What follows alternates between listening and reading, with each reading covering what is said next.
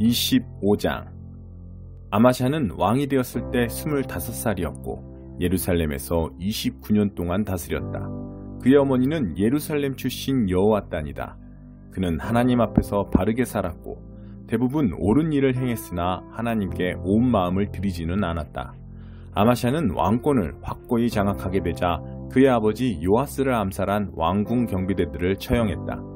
하지만 암살자들의 자녀는 죽이지 않았는데 모세에게 계시된 말씀에 나오는 명령, 자녀의 죄 때문에 부모를, 부모의 죄 때문에 자녀를 처형하지 말라고 하신 하나님의 명령을 유념했기 때문이다.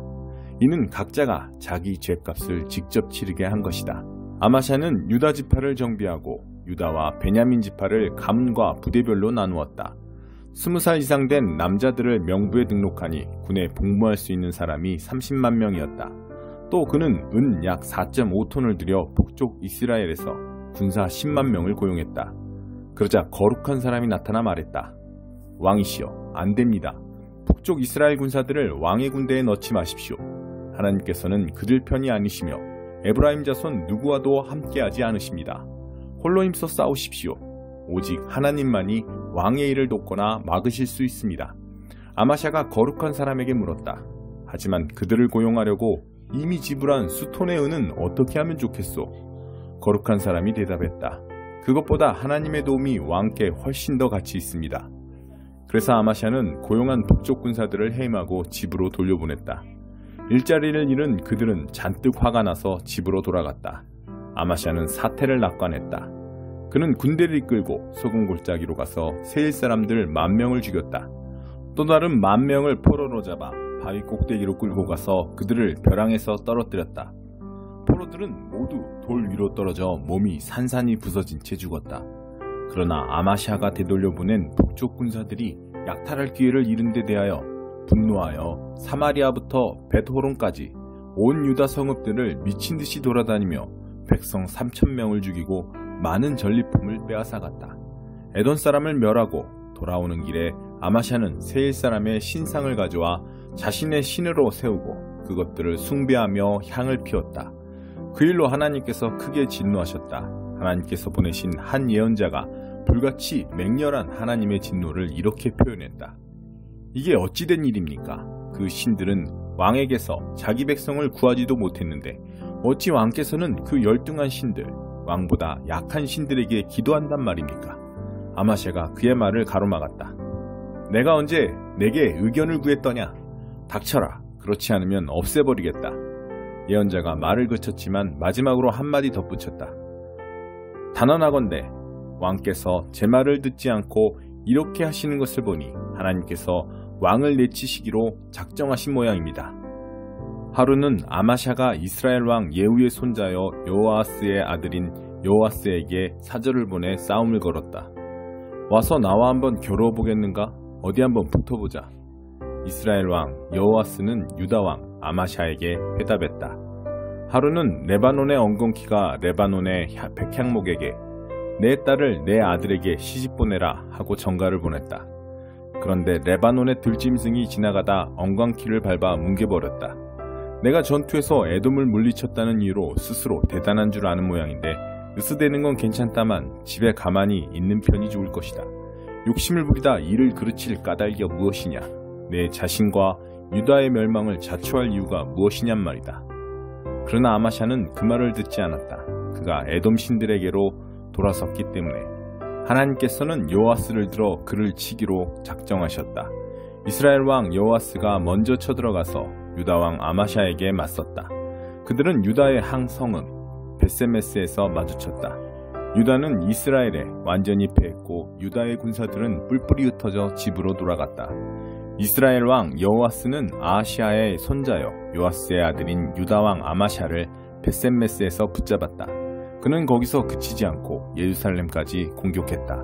예루살렘 성벽을 에브라임 문에서 모퉁이 문까지 약 180m 정도 허물고 왕궁과 하나님의 성전에서 금, 은, 비품 등 가져갈 만한 것은 닥치는 대로 약탈했다. 거기다 인질들까지 사로잡아 사마리아로 돌아갔다. 유다 왕 요아스의 아들 아마샤는 이스라엘 왕 요아스의 아들 요아스가 죽은 뒤로도 15년 동안 왕으로 다스렸다. 아마샤의 나머지 생애와 시대는 유다와 이스라엘 왕 연대기에서 처음부터 끝까지 기록되어 있다. 아마샤의 말년, 곧 그가 하나님에게서 등을 돌린 뒤에 사람들이 예루살렘에서 아마샤에게 반역하는 음모를 꾸몄다. 그는 라기스로 도망쳤다. 그러나 사람들이 라기스까지 쫓아가서 그를 죽였다. 그들은 아마샤를 말에 싣고 돌아와 예루살렘에 있는 다윗성에 그의 조상과 함께 묻었다. 26장. 유다 백성은 16살밖에 되지 않은 우시야를 데려다가 그의 아버지 아마샤를 대신하여 왕으로 삼았다. 아버지가 죽어 묻힌 뒤에 우시야는 가장 먼저 엘랏을 재건하여 유다에 귀속시켰다. 우시야는 왕이 되었을 때 16살이었고 예루살렘에서 52년 동안 다스렸다. 그의 어머니는 예루살렘 출신 여골리아다. 그는 아버지 아마샤를 본받아 하나님 보시기에 바르게 행했다. 그는 하나님을 신실하게 찾았다. 그의 목자이자 스승인 스가랴에게 가르침을 잘 받아 하나님 앞에 순종하며 경건하게 살았다. 스가랴가 살아있는 동안 우시야는 경건한 삶을 살았다. 하나님께서 그에게 복을 주셨다. 우시야는 위험을 무릅쓰고 블레셋 사람과 싸워 요새 성읍인 가드, 야분의 아스돗을 뚫고 쳐들어갔다. 그는 또 아스돗과 기타 블레셋 지역의 성읍들을 세웠다. 하나님께서는 블레셋 사람, 구르바알의 아랍 사람, 마온 사람과의 여러 전쟁에서 우시야를 도우셨다. 암몬 사람도 그에게 조공을 바쳤다. 우시야의 명성은 멀리 이집트에까지 퍼졌다. 그는 아주 막강해졌다. 우시야는 예루살렘의 성 모퉁이 문과 골짜기 문, 성벽 모퉁이에 방어 망대를 세웠다. 지방에도 망대들을 세우고 물 웅덩이를 팠다. 그는 아래 구릉지대와 바깥 평지에 솥대를 길렀고 산지와 들판에 농부와 포도나무 가꾸는 사람들도 두었다. 그는 이것저것 기르기를 좋아했다. 우시야에게는 언제라도 싸울 수 있게 잘 준비된 막강한 군대가 있었다. 그의 군대는 서기관 여이엘, 야전사령관 마아세야, 작전참모 하나냐의 지휘 아래 중대별로 조직되었다. 군사들을 관할하는 가문 지도자들의 명단이 2,600명에 달했다. 그들 밑으로 30만 7천 명 규모의 증원 부대가 있고 그중 500명이 상시 경계에 임했다. 모든 공격에 대비한 왕의 막강한 방어 전략이었다. 우시야는 방패, 창, 투구, 갑옷, 활, 물맷돌로 군사들을 철저히 무장시켰다. 또 예루살렘 망대와 모퉁이마다 최신 기술의 군 장비를 설치하여 그것으로 화살을 쏘고 돌을 던지게 했다. 이 모든 일로 그의 명성이 사방으로 퍼졌다. 모든 것이 그의 뜻대로 되는 듯 했다. 그러나 우시야의 힘과 성공은 그를 자만에 빠뜨렸다. 그는 거만하고 교만해져 마침내 넘어지고 말았다. 어느 날 우시야는 하나님을 업신여기고 하나님의 성전이 제 소유인 양 그 안에 들어가서 향제단에 직접 향을 피웠다. 제사장 아사랴가 그를 말렸고 하나님의 용감한 제사장 80명도 만류했다. 그들은 우시야를 가로막고 말했다. 우시야 왕이시여, 이러시면 안 됩니다. 이것은 있을 수 없는 일입니다. 거룩하게 구별된 아론 자손의 제사장들만이 향을 피울 수 있습니다. 하나님의 성전에서 나가십시오. 이는 옳지 않으며 부끄러운 일입니다. 그러나 손에 향로를 들고 이미 분향을 시작한 우시야는 화를 내며 제사장들을 물리쳤다. 그는 제정신이 아니었다.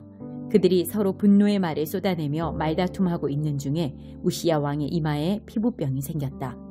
그것을 보자마자 대제사장 아사랴와 다른 제사장들이 재빨리 그를 성전에서 내보냈다. 그가 급히 나갔다. 하나님께서 자기에게 병을 주셨음을 우시야도 알았다. 우시야는 죽을 때까지 피부병을 앓았고 격리된 채 여생을 보냈다. 그는 하나님의 성전에 발을 들여놓을 수 없었다. 왕궁을 관리하던 그의 아들 요담이 왕위를 이어받았다. 우시야의 나머지 역사는 아모스의 아들인 예언자 이사야가 처음부터 끝까지 기록했다. 우시야가 죽자 사람들은 그를 왕실 묘지 옆에 밭에 그의 조상과 함께 묻었다. 피부병 때문에 그는 왕실 묘지에 묻힐 수 없었다. 그의 아들 요담이 뒤를 이어 왕이 되었다. 27장. 요담은 왕이 되었을 때 25살이었고 예루살렘에서 16년 동안 다스렸다. 그의 어머니는 사독의 딸 여루사다. 그는 아버지 우시야를 본받아 하나님 보시기에 선한 삶을 살았다. 다만 아버지와 달리 그는 하나님의 성전을 모독하지 않았다. 그러나 백성은 무섭게 타락해갔다. 요담은 하나님의 성전 윗문을 건축하고 오벨 성벽도 크게 연장했다.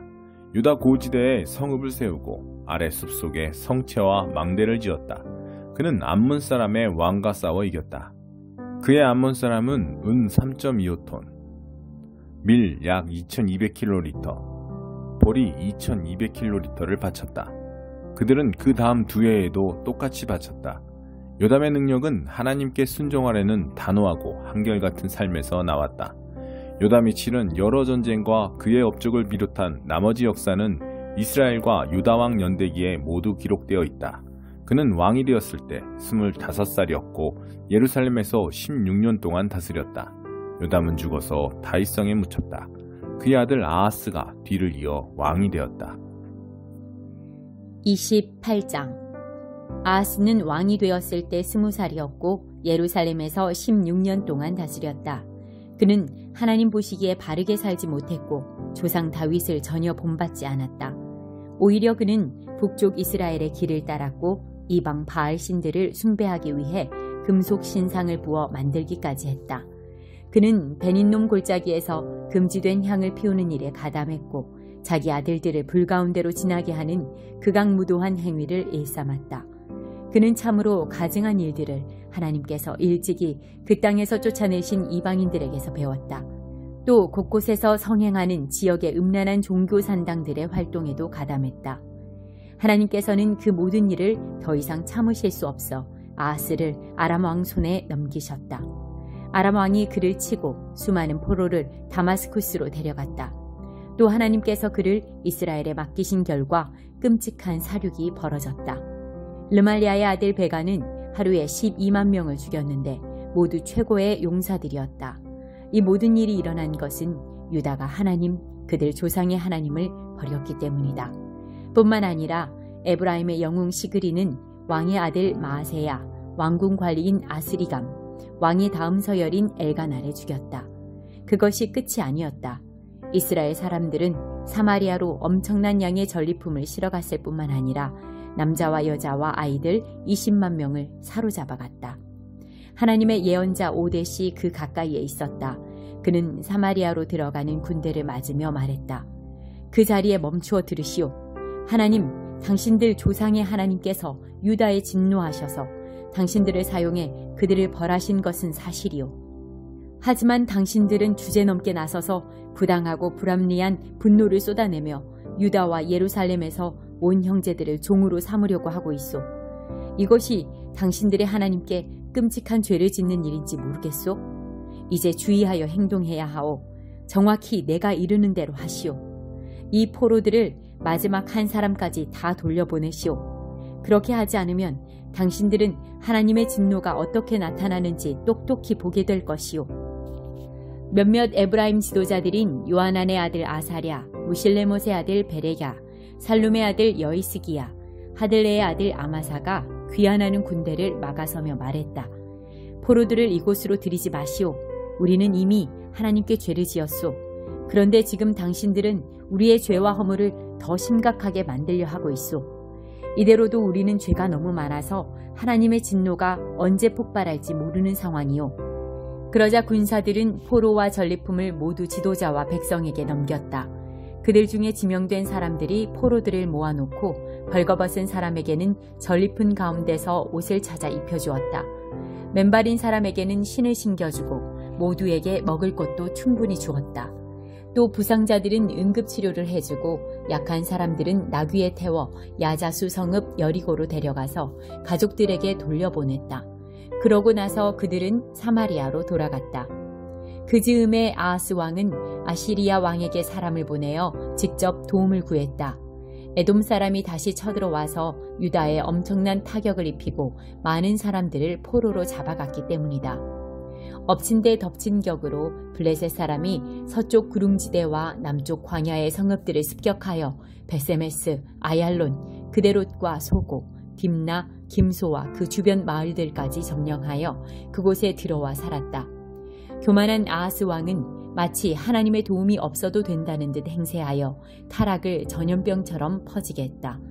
하나님께서는 유다를 낮추셔서 도움을 구하러 다니는 처지가 되게 하셨다. 그러나 아시리아의 왕 디글랏 빌레셀은 그를 도울 마음이 전혀 없었다. 오히려 아하스를 공격하고 괴롭혀 그에게 굴욕만 안겨주었다. 다급해진 아하스는 하나님의 성전과 왕궁과 생각나는 곳을 샅샅이 털어 긁어모은 것들을 아시리아 왕에게 주었다. 그러나 그 대가로 그가 얻은 것은 하나도 없었다. 손톱만큼의 도움도 받지 못했다. 상황이 이러한데도 아하스 왕은 깨닫지 못했다. 사방에서 공격을 받고 있는데도 계속해서 하나님을 대적했다. 그는 다마스쿠스의 신들에게 제물을 바쳤다. 막 다마스쿠스에 패한 그는 내가 다마스쿠스를 도운 신들을 섬기면 그 신들도 나를 도와주겠지 하고 생각했다. 그러나 상황은 더 악화될 뿐이었다. 아하스의 삶이 먼저 망가지더니 결국 나라 전체가 폐허가 되고 말았다. 아하스는 하나님의 성전에서 쓸만한 귀중품들을 모조리 꺼내고는 성전문들의 판자를 쳐서 막아버렸고 예루살렘 곳곳에 자기가 드나들 이방 산당들을 세웠다. 예루살렘뿐 아니라 유다 온 지역에도 산당들을 짓고 시장에 나와 있는 신이라는 신은 모조리 숭배했다. 하나님께서 크게 진노하셨다. 악명 높은 아하스의 나머지 생애와 그가 행한 모든 일이 유다와 이스라엘 왕 연대기에 처음부터 끝까지 기록되어 있다. 아하스가 죽자 사람들은 그를 예루살렘에 묻었다. 그러나 그는 왕들의 묘지에 안장되는 영예는 누리지 못했다. 그의 아들 히스기야가 뒤를 이어 왕이 되었다.